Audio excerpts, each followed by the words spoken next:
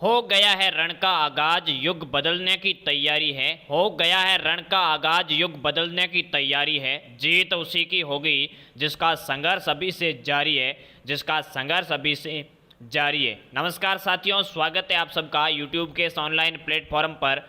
तो दोस्तों, आज की अपनी क्लास होने वाली है राजस्थान के राजवंशों से संबंधित 20 इंपॉर्टेंट क्वेश्चन। बहुत महत्वपूर्ण आज की क्लास होने वाली है, बस क्लास में एंड तक बने रहना है। साथ ही साथ अगर आप चैनल पर पहली बार आए हो तो चैनल को सब्सक्राइब जरूर कीजिएगा। लैब असिस्टेंट की संपूर्ण तैयारी हमारे चैनल के माध्यम से आपको पूरा रिवीजन करवाया जाएगा। 500 प्रश्नों की महामैराथन क्लासें लगेगी। कब लगेगी मेरे साथियों? 20 और 25 जून को 2 क्लासें आपके 1000 क्वेश्चनों की लगने वाली है। तो उस क्लासों को देखने के लिए चैनल अपने साथियों तक भी शेयर जरूर करें। साथ ही साथ बेल आइकन ऑल पे प्रेस कर दीजिए ताकि जब भी क्लासें आएगी आपको उसका नोटिफिकेशन सबसे पहले मिलेगा। चलिए साथियों, बिना देरी किए शुरू करते हैं आज की क्लास को। आज का पहला सवाल है साथियों, 1572-73 में अकबर, मुगल सम्राट अकबर ने जोधपुर किसको सुपुर्द किया? दोस्तों, 1572-73 में जोधपुर पर किसका शासन था? तो चंद्रसेन का था। किसका था भाई? चंद्रसेन का था, जो प्रताप का अग्रगामी माना जाता है और मारवाड़ का प्रताप माना जाता है। तो उसने मुगल अधीनता नहीं स्वीकार की। इसके 2 भाई थे, एक उदय सिंह था और एक राम था। कौन था? एक उदय सिंह और एक राम था। इन्होंने नागौर दरबार में अकबर की अधीनता स्वीकार कर ली और इन्होंने अकबर को भड़काया कि भाई तू हमारे भाई पे आक्रमण कर, क्या कर? चंद्रसेन पे आक्रमण कर। तो अकबर ने आक्रमण किया और चंद्रसेन यहाँ से भाग जाते हैं। कहाँ भागते हैं? वो बाड़मेर के सिवाना भाग जाते हैं। तो फिर है अकबर ने जोधपुर का प्रशासक है वो किसको बनाया? तो इसका राइट आंसर हो जाएगा बीकानेर के राय सिंह को बनाया था। कब बनाया? 1572-73 में। कितने साल रहा? 2 साल ही रहा। 72 से लेके 74 तक रहा था। चलिए, तो इसका राइट आंसर बी हो जाएगा, बीकानेर के राय सिंह को बनाया था। चलिए भाई, आगे बढ़ते हैं अगले सवाल की ओर।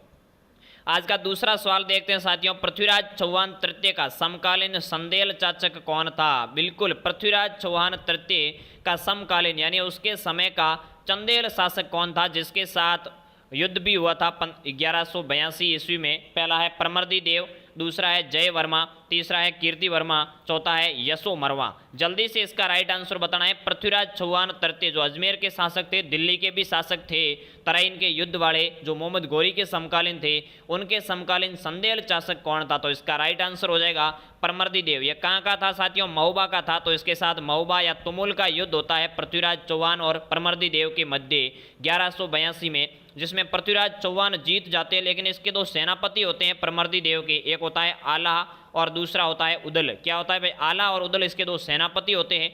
ये इतनी सिद्धहस्त से लड़ते हैं, इतनी तन्मयता से लड़ते हैं कि इसके बारे में एक कवि था जगनिक। कौन था भाई? जगनिक। उसने एक वाक्य भी कहा था कि 12 वर्ष सियार जिए, 12 वर्ष कुकुर जिए, 13 वर्ष सियार, वर्ष 18 क्षत्रिय जिए, बाकी जीवन धिक्कार। यानी इतनी तन्मयता से लड़े थे आला और उदल कि कवि है वो बहुत प्रसन्न हुआ इनको देख के।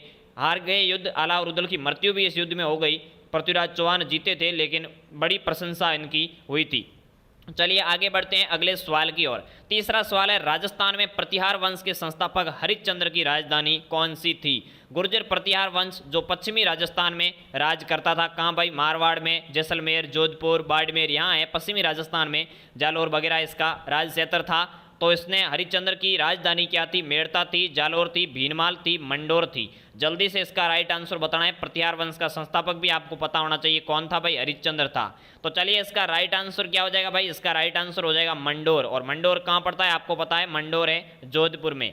तो मंडोर जोधपुर है वो प्रतिहार वंश के शासक संस्थापक हरिश्चंद्र की राजधानी थी। और इस पश्चिमी राजस्थान के जो प्रदेश था, गुर्जर प्रतिहारों का शासक का जो स्थान था उसे गुर्जरात्रा प्रदेश भी कहा जाता था। चलिए चौथे सवाल की ओर आगे बढ़ते हैं साथियों। चैनल को सब्सक्राइब जरूर करें। जो भी नए साथी आए वो क्लास को एक बार शेयर जरूर करें। आपका एक एक शेयर हमें मोटिवेट करता है। चौथा सवाल देखते हैं, किस शासक को अंतिम हिंदू सम्राट कहा जाता है? यानी कौन से शासक को अंतिम हिंदू सम्राट कहा जाता है? पहला है पृथ्वीराज तृतीय, बिशलदेव चौहान, वासुदेव चौहान, अजय राज। साथियों, हिंदू पद तो कहा जाता है अपने सांगा को। महाराणा सांगा को हिंदू पद की उपाधि दी गई है। और हिंदू बादशाह की उपाधि किसे दी गई है भाई? हिंदू बादशाह की उपाधि है वो मालदेव को दी गई है। साथ ही साथ हिंदू सुल्तान की उपाधि है वो किसे दी है? तो वो महाराणा कुंभा को दी गई है। यानी हिंदुओं से संबंधित भी ये बहुत सारे क्वेश्चन हैं आपके जेएन में होने चाहिए। तो इसका राइट आंसर हो जाएगा पृथ्वीराज चौहान तृतीय, वही जो मोहम्मद गौरी से युद्ध लड़ते हैं 91 92 में त्राइन का युद्ध, उसमें पहले में पृथ्वीराज जी की विजय होती है, दूसरे में पृथ्वीराज चौहान है वो हार जाते हैं।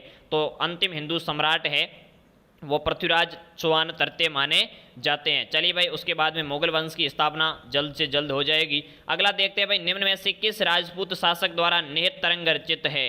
नेत तरंग रचित किसके द्वारा है भाई? नेत तरंग नामक ग्रंथ है वो कौन से राजपूत शासक ने लिखा था? राव बुद्ध सिंह, महाराजा राय सिंह, महाराजा जसवंत सिंह, महाराजा सावंत सिंह। जल्दी से 5वें सवाल का राइट आंसर मेरे सारे भाई बहन बताएंगे तो इसका सही आंसर हो जाएगा मेरे साथियों राव बुद्ध सिंह। अब बुद्ध सिंह कहाँ के थे भाई?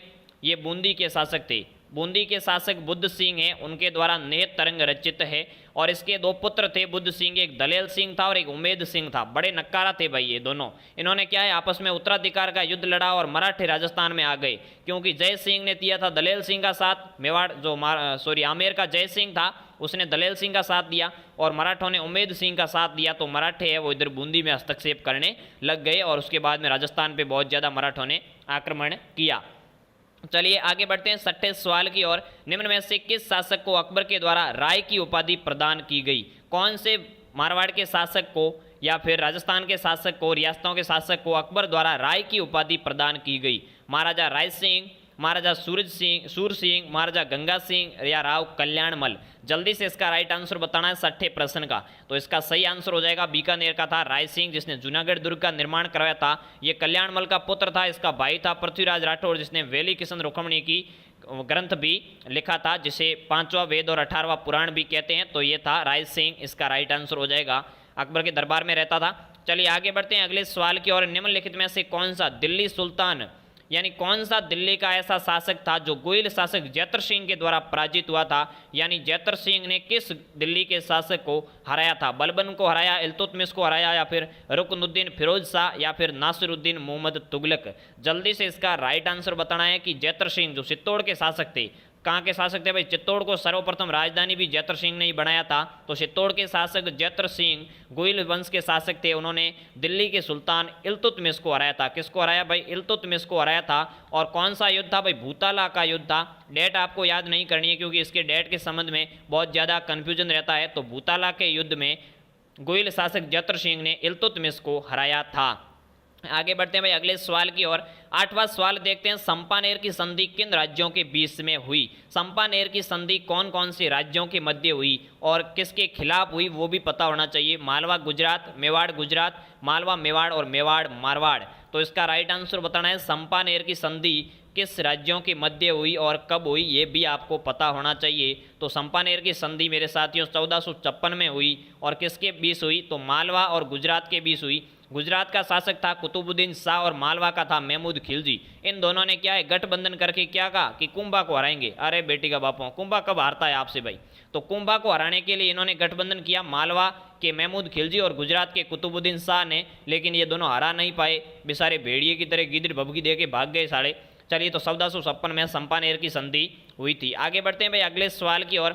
9वां सवाल देखते हैं, गुर्जर प्रतिहार, पाल एवं राष्ट्रकूट शासन केंद्रीय राजतंत्र नहीं थे। यानी ये कथन कहा गया है कि गुर्जर प्रतिहार, पाल एवं राष्ट्रकूट ये केंद्रीय राजतंत्र नहीं थे। सही है, गलत है, पता नहीं है या फिर भ्रमित है? अरे भाई पता नहीं है, ऐसा करोगे तो कैसे चलेगा काम? ऐसे तो काम ही नहीं चलेगा, तो पता तो होना जरूरी है।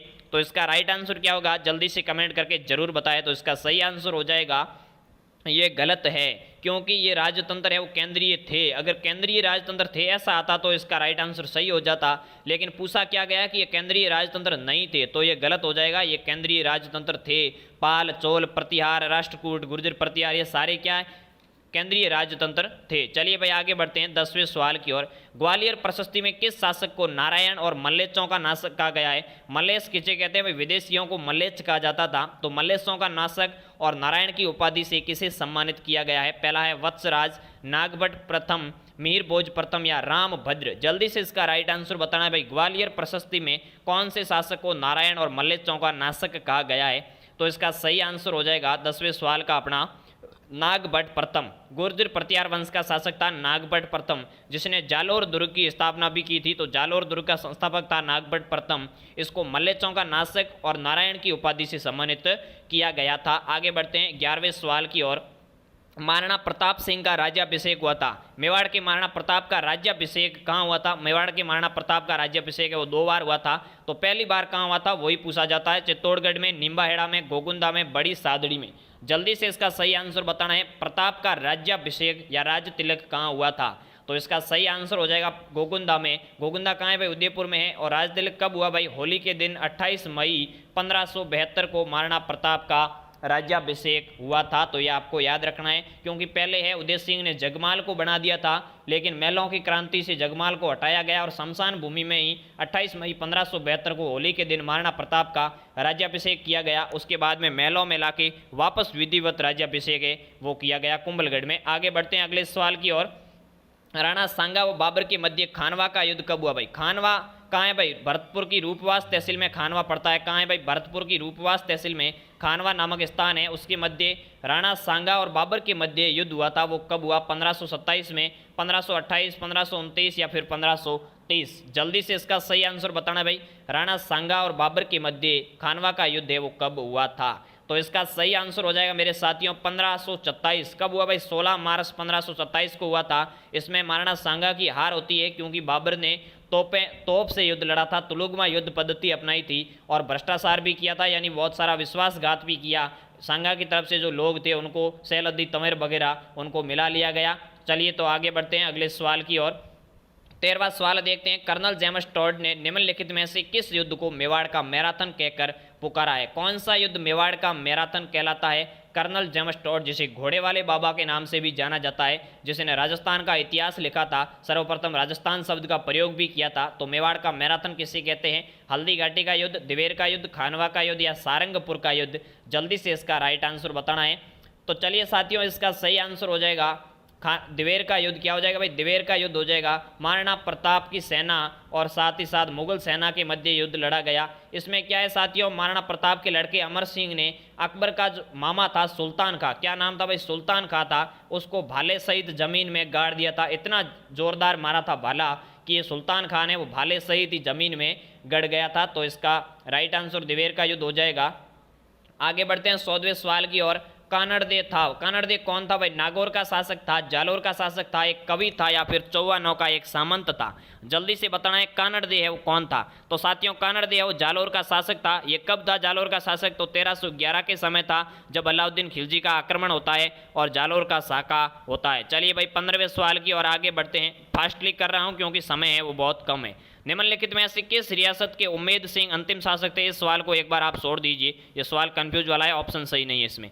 चलिए आगे बढ़ते हैं 16वें सवाल की ओर। चौहान राजवंश का प्रारंभिक केंद्र था। चौहान राजवंश है वो प्रारंभिक समय में कहाँ था? यानी सबसे पहले चौहान राजवंश का उदय है वो कहाँ से होता है? सपादलक से, नागदा से, नागौर से, रणथंभौर से। जल्दी से इसका राइट आंसर बताना है। चौहान राजवंश का प्रारंभिक केंद्र क्या था?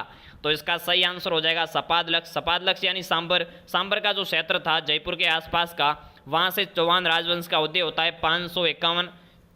551 ईस्वी में होता है। और कौन करता है? वासुदेव चौहान। वासुदेव चौहान है वो है सांबर के चौहान वंश का संस्थापक था। चलिए आगे बढ़ते हैं अगले सवाल की ओर।